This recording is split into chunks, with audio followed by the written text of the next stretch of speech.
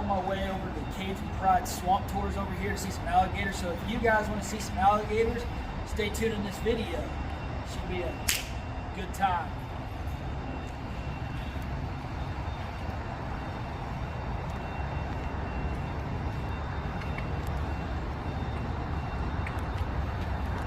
Also, if you haven't subscribed yet, subscribe to our channel, JNR Exploration and Discovery.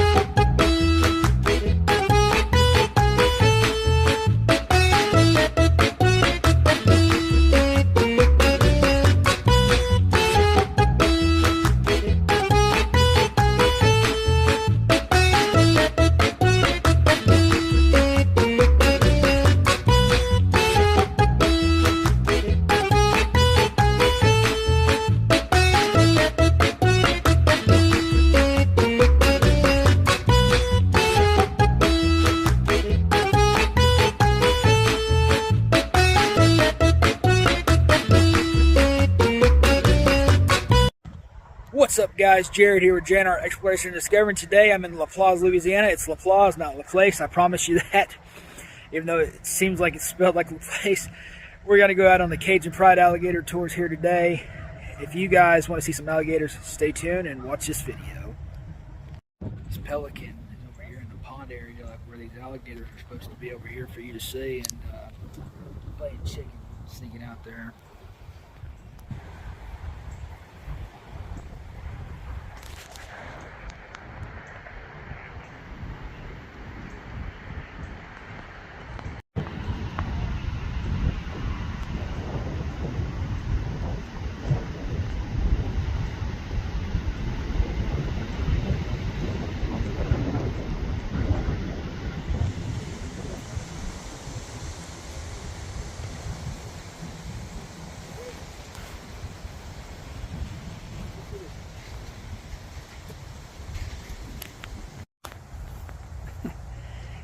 If it moves, it's food. Prevent mistaken identity. Do not allow children to throw rocks into the water to an alligator. A splash means food. Keep that in mind, boys and girls, as we're out today.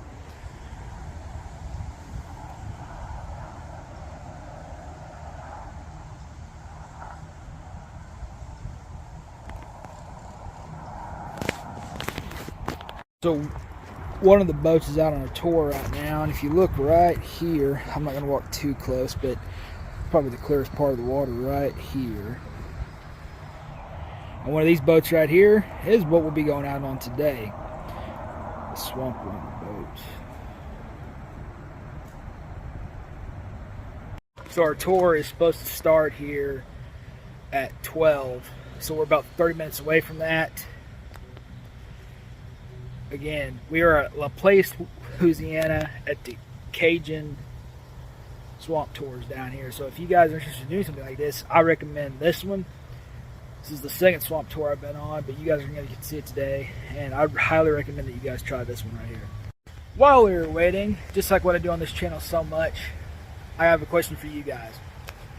What was the longest alligator ever recorded on record? First person to give me the correct answer down in the comments will win one of these hats I got on right here from us.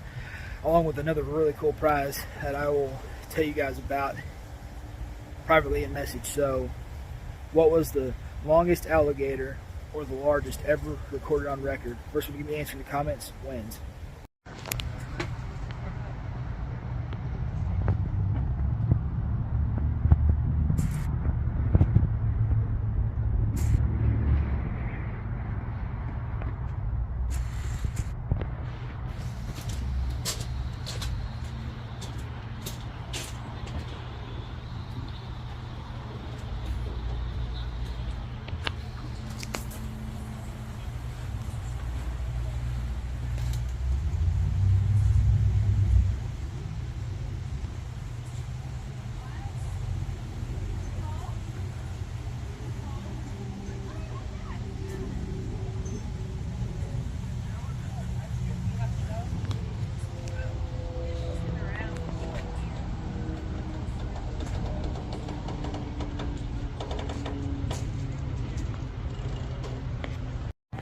So this boat just got back in from that empty spot that I was just showing you guys right there. So they just came back in off the tour. So yeah, so we'll be heading out here pretty soon. Easiest job ever. Now y'all, can everybody hear me all right on these speakers? Yes, sir. All right, look, if anytime during the tour y'all can't hear me, do me a favor, just get my attention. Let me know you're having a problem hearing me. Y'all, the first thing I want to do is I want to welcome everybody out here to Cajun Pride Swamp Tours. My name is Brian. I'm going to be your tour guide today. If y'all have any questions at all during this tour, feel free, just yell them out. There's no stupid questions out here. That's a challenge, by the way. But y'all, there are a few quick little things that by law we got to go over before we really start any tour. Is just the Coast Guard's rules for us out here. Number one is no smoking and no vaping. The kind of gas cans we have on the back of this boat are considered open gas cans, so we can't smoke or vape on the boat. And y'all on the left-hand side of the boat, you might get a little better look at that alligator now. Life jackets. You don't have to wear life jackets. You got to know where they are in case we need them. They're in the seats, so the seats, especially one in the middle and the front, all flip up. That's all full of life jackets. Our fire extinguishers are located at the front of the boat. We have a throw ring located back here at the rear of the boat. You'll see signs that say something along the lines of, unlike Disney World, the boat is not on tracks. I do drive it myself back here. So if it looks like we're going to hit a tree, we're going to hit a tree. So do me a favor, keep your hands and feet inside the boat. There's a great egret over here, y'all. See that white bird? It's actually a pretty cool story with those birds. In the early 1900s, those things were really close to being extinct. They get these long feathers on their back called iris feathers during their breeding season. It's pretty much their breeding blooms. People used to shoot those birds and they'd pluck those feathers off and they'd put them on ladies' hats and on ladies' dresses. Those would show wealth for them back then. They went to where they were on the endangered species list. The McElhaney family, the people that produced Tabasco's hot sauce, they started a farm for the egrets, brought their population back to where they're on the least concerned species list. They're doing great. They're actually the symbol for the National Audubon Society now because of the comeback they made. Now, y'all, on a day like today, I usually like to start off by telling people that we may or may not see alligators. We ended up seeing an alligator right by the boat. Last tour, we probably saw 10 alligators. So there's a good chance we're going to see a good bit of alligators today. I hope that's the case, y'all. But on days like today with this weather, alligators can go into hibernation type state. So what they do is an alligator has to keep a body temperature above 70 degrees to digest food. If their body temperature is ever below 70 degrees, they can't digest food. Food will rot in their stomach and it can actually kill them. So what they do, we start getting these cold fronts coming through, they put themselves in something called, y'all, the University of Florida did a study on alligators. They put them in Burmation and left them there for 2 years without eating. They didn't just survive, they were in perfectly fine health without eating for 2 years. Which is amazing because an hour and a half swamp tour, I'm usually starving at the end of it, so I don't know how they pull that off. But we should see some more, being we saw more last tour and we saw one already. So I also want to. Oh, I didn't see it.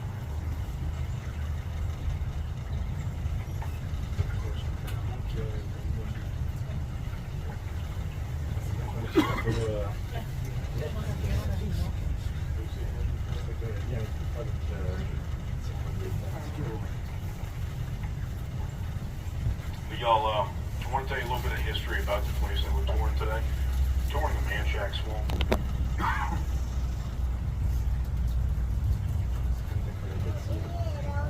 So if y'all would like Google this place and really look into the history, what you're going to end up reading is a lot of ghost stories. So this area is considered one of the most haunted forests in the United States. The reason people think this place is haunted, there actually used to be two towns out here. Where we are was the town of Vernier.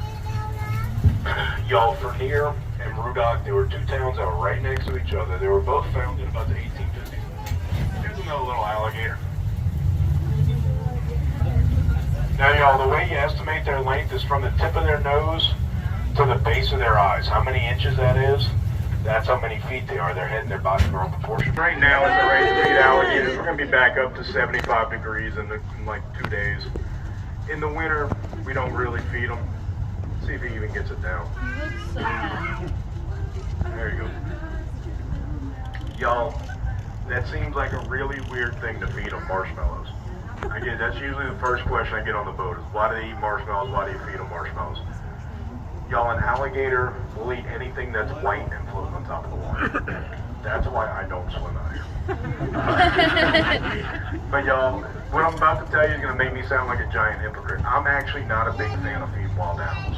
The only thing I will make an exception for on a tour is an alligator.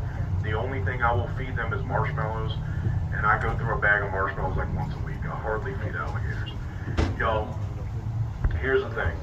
Everybody comes out here and wants to see alligators. What you're seeing today is not normal alligator behavior. Them sitting around a boat, standing around a boat, swimming towards a boat. Y'all, normal alligator behavior, they see us and they take off. They don't want anything to do with us. They have a natural fear of us. If we came out here and we never fed them, I'd never be able to show you. About 400. There was one lady in the town of Vernier, her name was Julia Brown. Y'all, Julia Brown was great with natural medicine. We actually have a lot of plants out here that have medicinal qualities. Back then, y'all, if you lived in Vernier or Rudock, the only way to get there was by boat or by rail. If you had to go to New Orleans to see a doctor, you're talking probably about a 3-day round trip almost. So nobody did that. Everybody just went and saw Julia. Julia was loved throughout the town. People called her Aunt Julia. She was considered family. She saved a ton of people. Then about 5 years before she died, her husband passed away. When her husband passed away, the way Julia was grieving, she just wanted to be left alone, and rightfully so. The townspeople were very pushy with Julia. They wanted Julia to continue doing what she was doing. She got to the point where she just completely isolated herself. They say the last few years of her life, she spent sitting on her front porch, taking a black rope, tying it in knots, and singing a song. And part of the song was, when I die, I'm going to take this whole town with me. So people became scared of Julia. Y'all, Julia was a voodoo queen. People thought Julia could predict the future and actually change the future. She died. 3 days later was September 28, 1950. It was her funeral. During her funeral, the weather got so bad out here, people abandoned the body. What was going on was the Great New Orleans Hurricane in 1950. It was the worst hurricane to ever hit this area. At the end of the day, there was only 20 people left living in those two towns. So what she sang about the last few years of her life came true. There are still people today who believe this area has been cursed and is cursed by Julia Brown. Y'all, some raccoons up here. We're going to get a good look at them. Mass graves out here. We're going to pass one of the mass graves later. That's why people think it's haunted.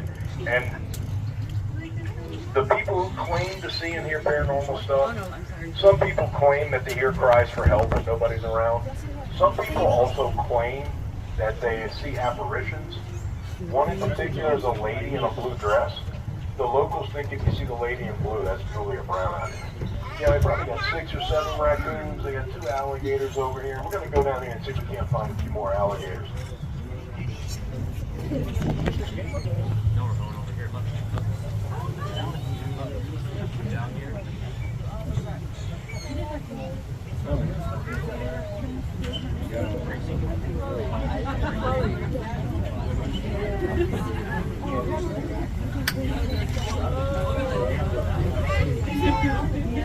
They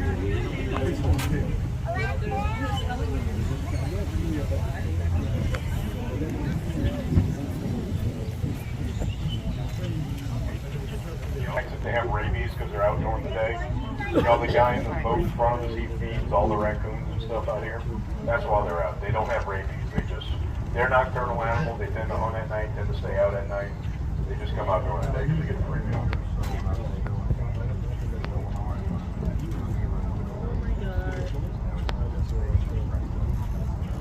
Get him on portrait mode. Grown, because that's when the females stop growing. We got them out here 13 and 14 foot long. There is nothing in this swamp that can get away from that alligator, even at 8 foot. That thing has the strongest jaw pressure of any animal in the world when they're fully grown. There's 3,000 pounds of pressure per square inch coming down with their jaw, so it can grab a turtle, just completely crush a turtle shell. They are extremely fast. In the water, that thing can swim 40 miles an hour. They get up on land. You would think that you could get away from them on land. On land, for a short distance in a straight line, that animal can run 27 miles an hour. People tell you to zigzag to get away from them because they don't turn too good. At 27 miles an hour, it's going to catch me before I zig or before I zag.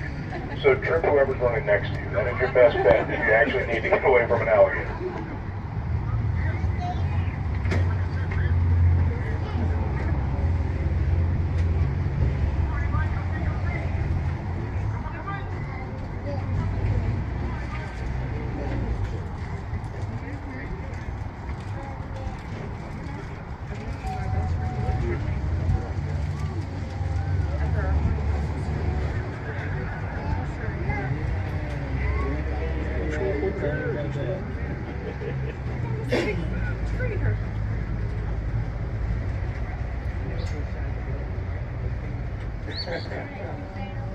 Are you staying on that side?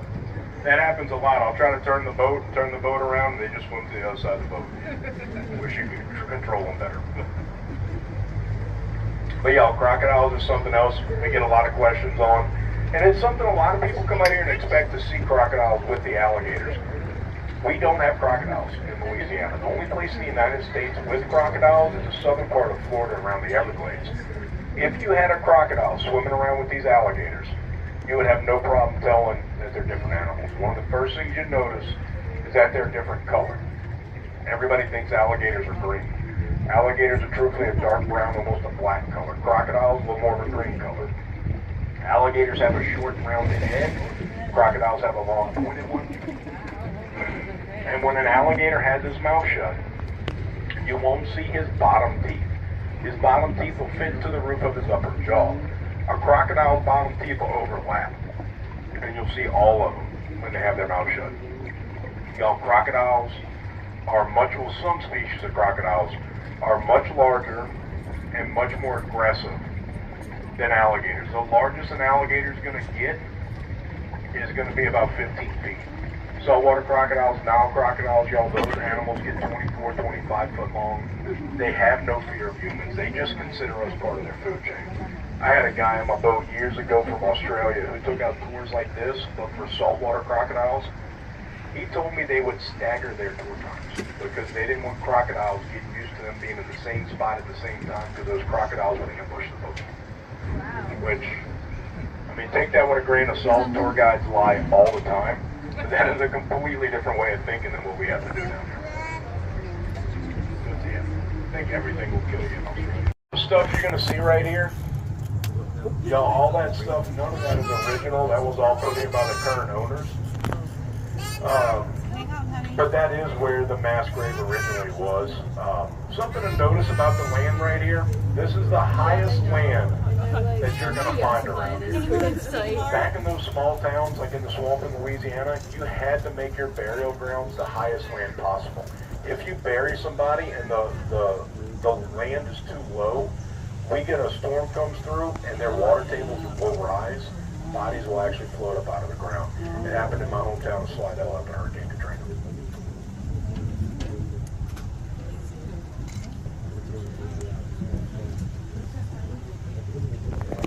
Y'all, I'll go ahead and show you all this. It fell on the ground and I wanted to pick it up. So I'm part-time. I just take whoever's boat's off. All the full-time guys have their own boat and have different things. This guy has, I guess he talks a lot about alligator hunting.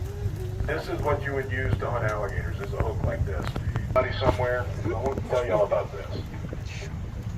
This is supposedly where Julia Brown is buried. This is not where Julia Brown is buried. Y'all, they do have a historical society that kind of keeps things up out here. Our water is about a foot higher than normal, and you can see that the water is almost to the grave, just being a foot higher than normal. If she was buried here, one of the storms that came through would have made her body come up. Now, I think one or two things happened out here. One is a long time ago, somebody put a cross here and said this is where Julia Brown's buried. People ran with it, believed it, and it just got into local legend that this is where Julia Brown was buried. Or two, y'all, people were very scared of Julia back then, and people worship the grave sites of voodoo queens. Happens every day to Marie Laveau until today. I think people were scared of Julia. They didn't want people worshiping her real grave, and they might have made a mock grave for her here and actually buried her somewhere else, but there's no way that is a real grave site right there. To where they could float barges in here, and they'd fill it with whatever they were trying to sell, and they would float it down to that railroad track. Because of this canal, they could sell their goods all the way up to Chicago. I can't tell if that's an alligator or not, y'all. It might just be a piece of vegetation. We're going to go look anyway.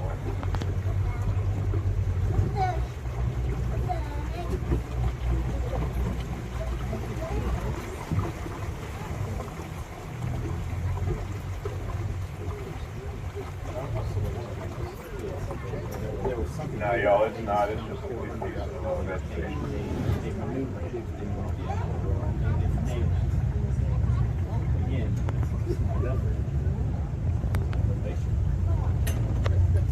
See the levee, and it's something that I've gotten enough. I'm not a big fan of going looking at levees at swamp tours, but I've gotten enough questions about it that I'm just kind of putting it in every tour because I figured it's something that people might want to know about. So y'all, they're building a levee right here. There's a town called, another question I'm getting a lot is what do I feel about it, being I work in the wetlands inside the levee. I think I mentioned earlier, this is a part-time job for me. It's kind of a lie. This is my only job. I just work part-time. I was a firefighter for 18 years. I retired last year. I worked every hurricane from Katrina to Ida. Those hurricanes do horrible things. I'm 100% for this. I am 100% sure this is going to save lives, so I'm 100% for it no matter what happens on the inside of this. Now, the better reason that I stopped here is to tell you about what's in front of us. For an alligator to make a nest. They only do it once a year. What they do is they're going to crawl in this grass, they're going to lay a bunch of that grass down, they're going to lay their eggs on top of that grass. They're going to lay anywhere between 20 and 60 eggs. The average is about 40. They break a bunch of that grass, make a big pile over the top of it. As that grass decays, it creates a heat.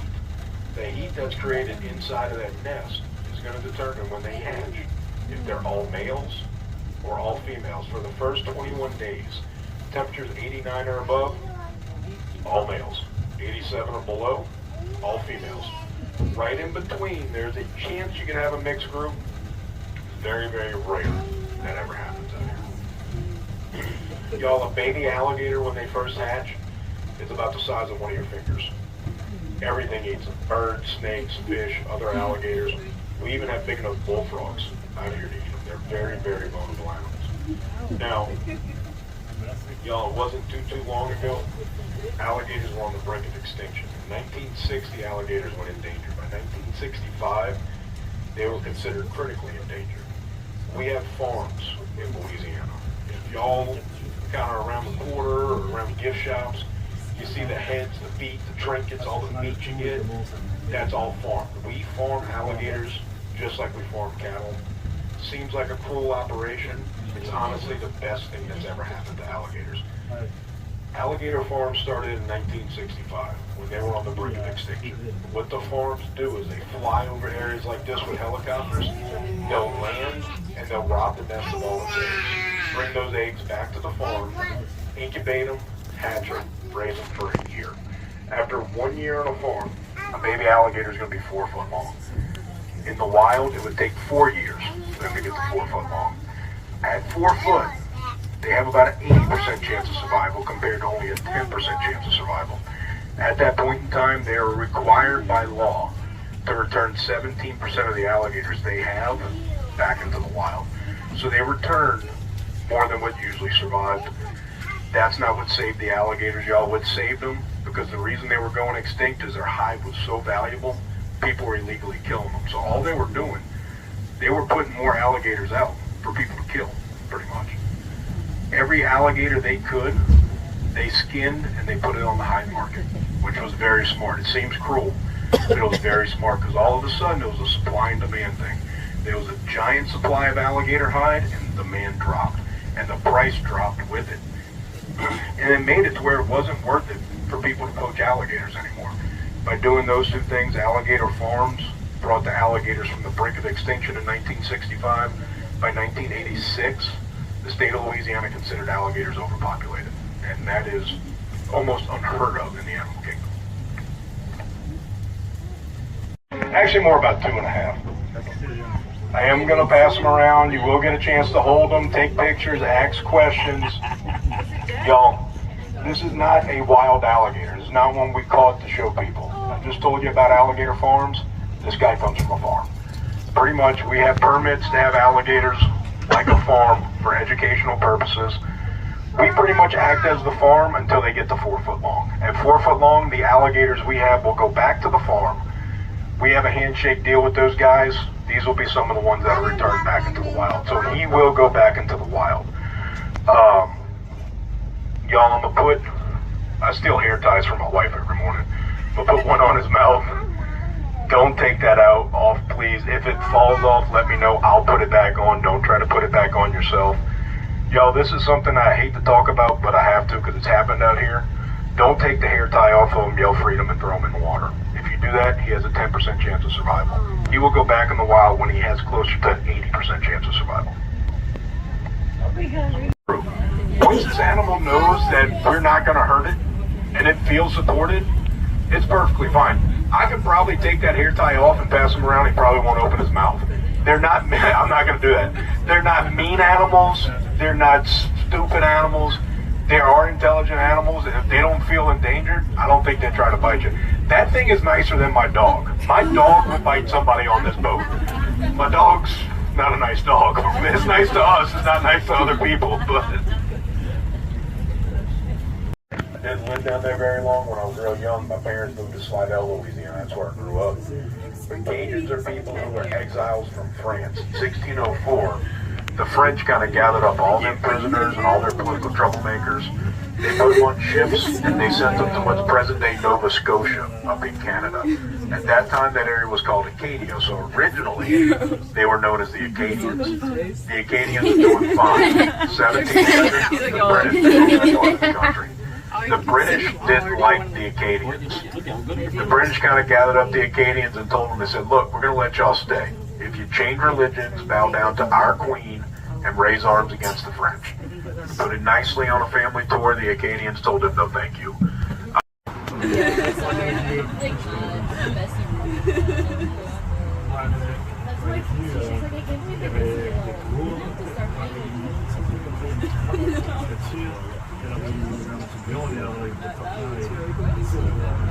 like such an elbow. I know, it's got a little like...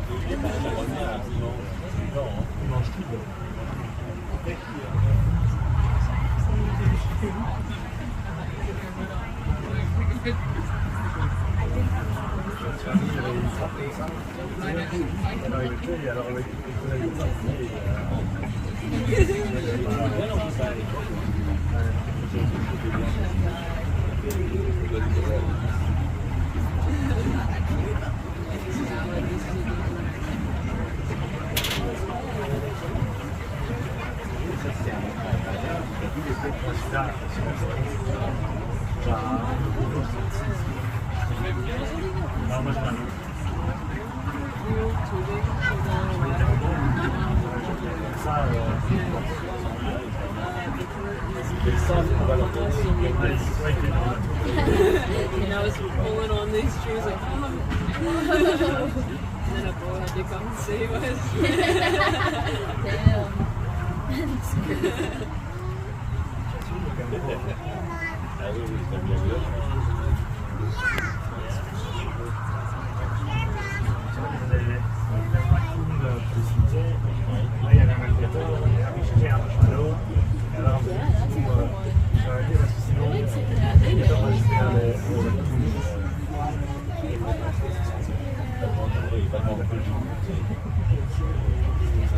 la nature.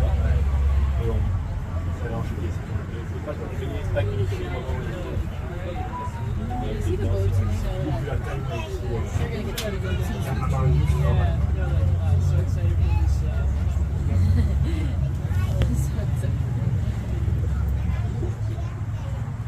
Do you ever think that alligators are like telling other alligators that That's going to do it for today's video, guys. Hopefully you guys enjoyed this video out here in the swamp lands. You learned something from our tour guide, Brian.